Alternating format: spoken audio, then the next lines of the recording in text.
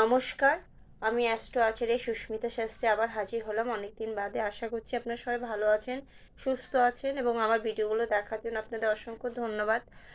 আমি আজকে 2026-এ তুলা রাশি কিংবা তুলা লগ্নের জাতক জাতিকাদের কেমন যেতে পারে সেটা নিয়ে কিছুটা আলোচনা করব। কোনো ব্যক্তিগত চার্ট নিয়ে নয়, সামগ্রিকভাবে আলোচনাটা করছি। যেহেতু 2026 হচ্ছে রবির ইয়ার, সুতরাং তুলা রাশি কিংবা তুলা লগ্নে ইলেভেন্থ হাউস হচ্ছে রবি।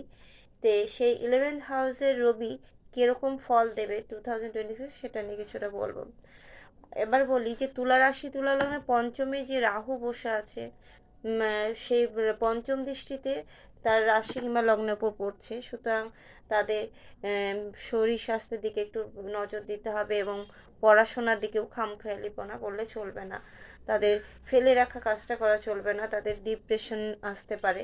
সুতরাং তাদের সেইভাবে মেডিটেশন করতে হবে এবং ডিপ্রেশনে না গিয়ে শরীরচর্চা এসব করতে হবে। পেটের দিকে, শরীর স্বাস্থ্যের দিকে নজর দিতে হবে, পড়াশোনার দিকে নজর দিতে হবে, তবেই তাদের সাকসেসটা খুব ভালোই আসবে। নমস্কার, আমার ভিডিও কেমন হলো অবশ্যই কমেন্ট করে জানাবেন। রাখছি।